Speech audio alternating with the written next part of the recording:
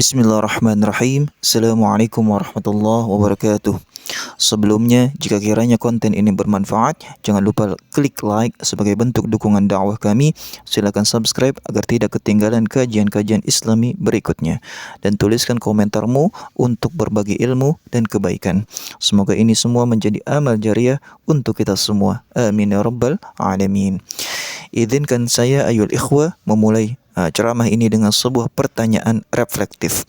Siapa yang akan memimpin dunia 10-20 tahun ke depan?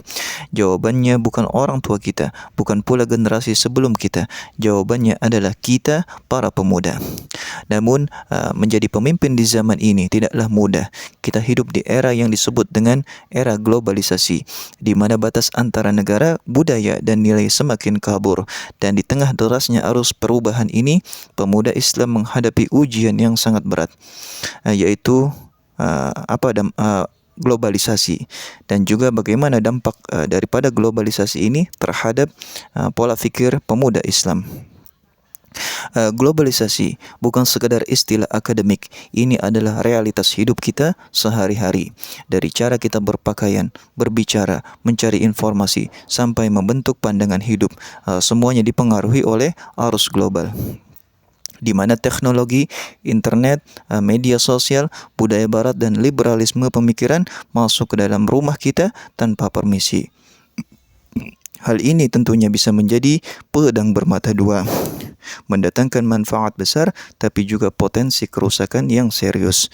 Syekh Abdurrahman As-Sudais, Imam Besar Masjidil Haram, pernah berkata, globalisasi dapat menjadi nikmat jika digunakan untuk menyebarkan kebaikan, tapi bisa menjadi bencana jika membuat umat kehilangan jati diri. Lantas, apa tantangan pemuda Islam di era globalisasi ini? Marilah kita jabarkan tentang tantangan besar yang harus dihadapi para pemuda Muslim hari ini. Yang pertama adalah krisis identitas.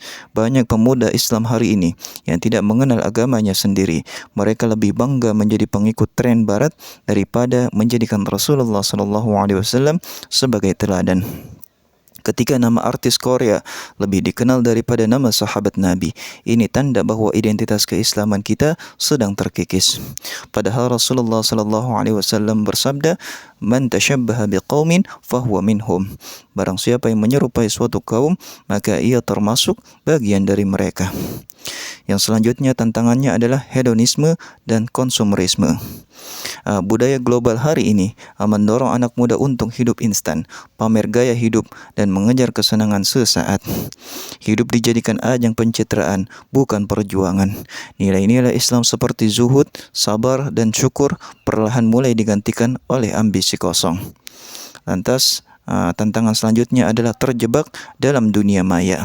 Waktu habis untuk scroll TikTok, gaming, berjam-jam, dan debat kosong di media sosial. Tapi waktu untuk membaca Al-Quran, mendalami ilmu, dan memperbaiki diri nyaris nihil.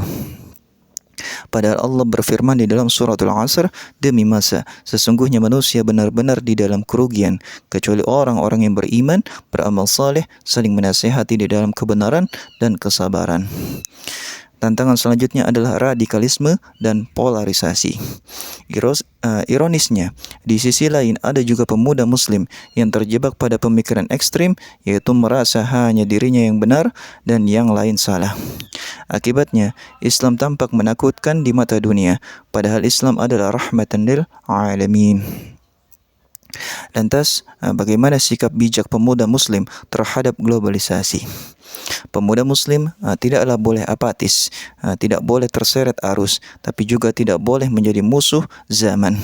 Kita harus jadi agen perubahan yang cerdas dan berakhlak, yaitu dengan perkuat iman dan spiritualitas. Mulailah dari salat yang khusyuk, membaca Al-Quran setiap hari, menghadiri majelis ilmu, dan memperbaiki akhlak. Seperti kata Habib Ali Al-Jufri, kita tidak menolak globalisasi, tapi kita menolak hilangnya ruh Islam dalam diri umat. Yang selanjutnya adalah tingkatkan literasi dan keilmuan. Pemuda Islam harus melek ilmu, kuasai bahasa asing, teknologi, ekonomi, dan budaya global, tapi jangan pernah lepas dari akar Islam. Ini yang dilakukan para ulama terdahulu. Mereka menguasai filsafat Yunani, sains Persia, tapi tetap menjaga akidahnya. Tariq Ramadan pernah mengatakan, being Muslim in the global age is about standing tall with your values while engaging humbly with the world. Yang selanjutnya, kembangkan potensi dan kreativitas. Gunakan media sosial untuk berdakwah, ciptakan karya yang bermanfaat, dan jadilah pemuda yang produktif. Jangan hanya jadi konsumen budaya, tapi jadi produsen nilai. Bayangkan jika Imam Syafi'i hidup di zaman ini, mungkin beliau akan punya kanal YouTube tempat beliau mengajar fikih. Jika Ibnu Sina hidup di zaman sekarang, mungkin beliau akan membuat aplikasi kesehatan Islam. Lantas, bagaimana kita menjaga adab dan juga etika? Globalisasi membuat banyak orang kehilangan sopan santun. Jangan biarkan ini terjadi pada pemuda Islam. Islam adalah agama adab. Sebelum belajar ilmu, para ulama belajar akhlak. Lantas bagaimana peran strategis pemuda Islam di era globalisasi ini? Pemuda bukan pelengkap, pemuda adalah motor peradaban dalam sejarah Islam. Pemuda selalu memegang peran penting, di mana Ali bin Abi Thalib masih belia saat menjadi pembela Islam. Usamah bin Zaid menjadi panglima perang di usia 17 tahun. Muhammad Al-Fatih menaklukkan Konstantinopel di usia 21 tahun. Jadi jangan tunggu tua untuk berkontribusi. Dunia menunggu pemuda muslim yang tangguh, inovatif, dan berjiwa rahmatan lil alamin. Lantas bagaimana menjadi pemuda global yang islami? Apa artinya menjadi pemuda Islam yang sukses di era global?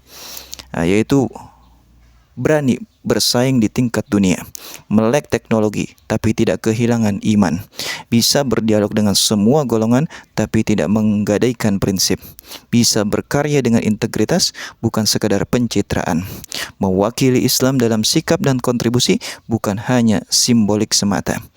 Kita ingin melahirkan pemuda yang bisa kuliah di Harvard tapi tetap bangga memakai jilbab dan menjaga salat.